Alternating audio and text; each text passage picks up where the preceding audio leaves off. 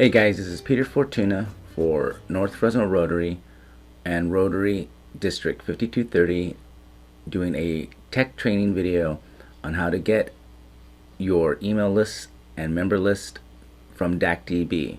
Step 1 is to visit DacDb.com.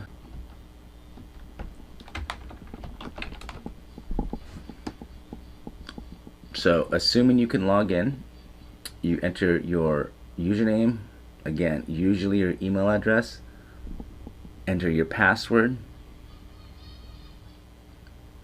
and click login. So after logging in, you'll be taken to your member profile. It's important to note though that members must be given access to download or export data from DacDb. So if you don't see the ability to download or export the data, you'll have to ask your club president or club officers to give you access, or ask one of your club officers to download the data for you and then send it to you. So after successful login,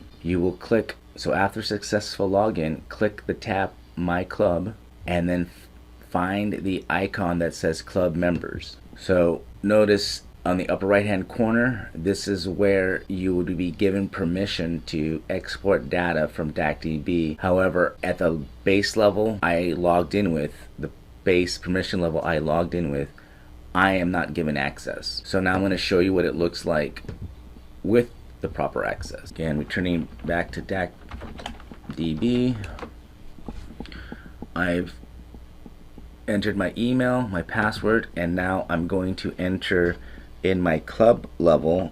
So I log in as an administrator, and then I'll have access to download the Excel spreadsheet or export the data from DacDb. So notice on the upper right hand corner, now I have an Excel icon and I have a Word icon, PM mail, and a gear icon that stands for configuration.